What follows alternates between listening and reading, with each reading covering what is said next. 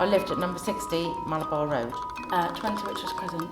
Well, it was 81 Malabar, which is a shop. I lived in the flat above the shop, and my parents owned it for past 20 or 25 years, I suppose, yeah. 105 Cornish Crescent. 31, I think it was, Richards Crescent. Number 1 Richards Crescent. I moved in when I was 4 and then moved out when I was around 1920. Was number 67, Cornish Crescent. We moved in 1977 when I was 2. I think I moved from there when I was about 12 to Richards Crescent. But in all, I've lived in Malabar all my life.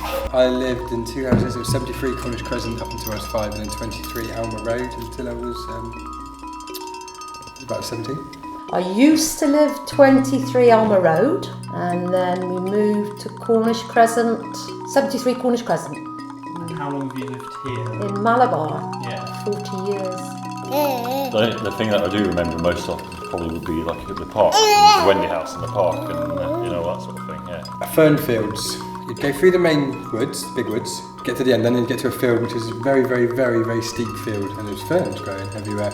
And in the winter we used to get on the snow, we used to go zipping down the fern fields. But then in the summer we used to go down on guttering, half gutterings and sacks. I think me and Paul Gallagher probably did it actually, and Paul Tonkin and Steve Perrin. Where the dump field is now, that used to be quite hilly before they kind of built it up, but the bottom part was flat, and the farmer that owned it let them put goalposts in, Mr. Solomon, and he's still down at Two Streams, lives in the same farmhouse, and he used to let the boys play football in there. It was never a problem. Where we lived, just down the road slightly on the green, which was opposite Mr. and Mrs. Rowe, where we used to play frequently when we were children.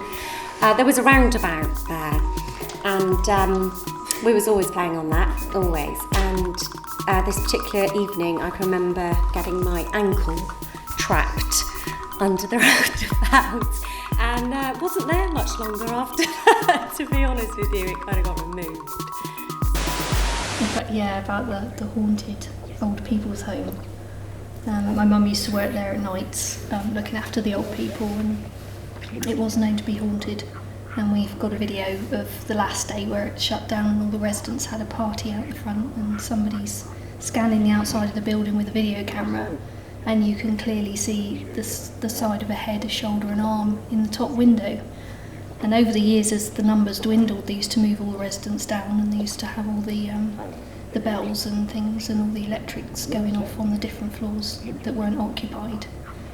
And apparently where you see this figure, there's nothing in there at all, not any furniture, mirrors or anything that could reflect anything. So Mum always used to say that there were some days where you'd go up and clean the floor and it'd be fine, and other days you just really didn't want to be up there, and it's like you were disturbing somebody. I didn't live in Malabar, so I can't say anything useful about them. In fact, it was fields when I was there. It was the 1934 onwards. And really, just remember Miss Kirby being there. Well, a very shaky old lady. I remember, I think it was at Falmouth where I suppose she was a sort of patron. She was there, and presumably she paid for the children to have a trip to the seaside. And I just remember her cup rattling, because she couldn't hold the cup, and she was very old and frail. And at Christmas, she had in her house there was a Christmas tree, and we children had presents on, because there wasn't a Malabar. The only Malabar was her house. And whether she'd been to India or not, or what the connection was with Malabar, I don't know. Mrs. Pokinghorn that lived across the road, we used to call that Pokies, Mrs. Pokies.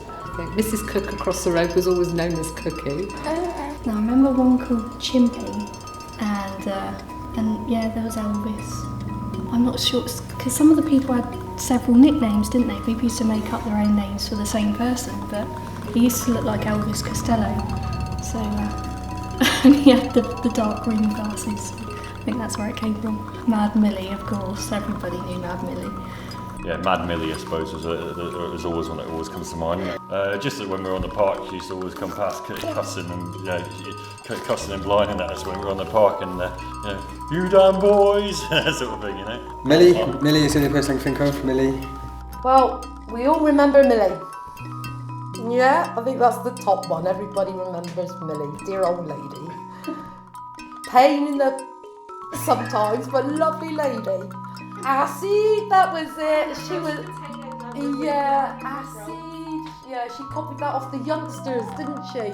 That was so funny. But the miles she used to walk up and down that town.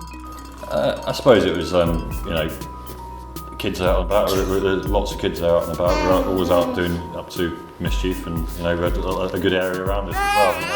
We go down in the woods and played down there for hours, and that sort of thing, making dens and whatever. And the park was there as a centre for us all meeting, be at whatever age, So, yeah, it was always good. I think hopefully, and I hope that those memories are eternal for all children, and I hope that my children have similar memories. However, Malabar back then, I think you're talking about the late 70s, early 80s for me in particular, and all through the 80s. I think what I was saying to you earlier about there's less fear. I think it just had a sense of community, really. It's a bit different now, of course, because you get neighbours that you don't know so well and you don't look out for each other as much, but yeah, everybody seemed to know everyone and recognised all the faces. There weren't many strangers around, so... Well, it's safe. You never, you could go out, we used to go out in the evenings and play Tin Can Alley and Spotlight and things like that, and you go in people's gardens and they never used to complain. Mrs. Pokenall used to say, "Oh, you're not breaking my flowers off," and we'd say, "No, Mrs. Pokenall, Mrs. Pokey, we're not." But people that say, all these horrible things about Malabar, it just really gets to me because it's not like that. It was, yeah, and it was safe. Yeah, the fields. There's just so much for them to do. Although there was the park up the top by the co-op, but that was sort of run down. But I think the kids just all played together nicely, made their own fun. Like bacon, fish or fry over and green. Yeah, they just sort of all gelled together and made their own fun. One time on this estate, I could name everybody in every house. Oh, it was just really nice because, you knew the neighbours. There were plenty of people to play with, plenty of places to go and play. I suppose the traffic wasn't around the way it is now, clearly, but other than that, we had free reign. Just good times, really. What more could a child want, really? Trees, a stream, grass. Chip shop. Oh, there wasn't a chip shop when I was first growing up.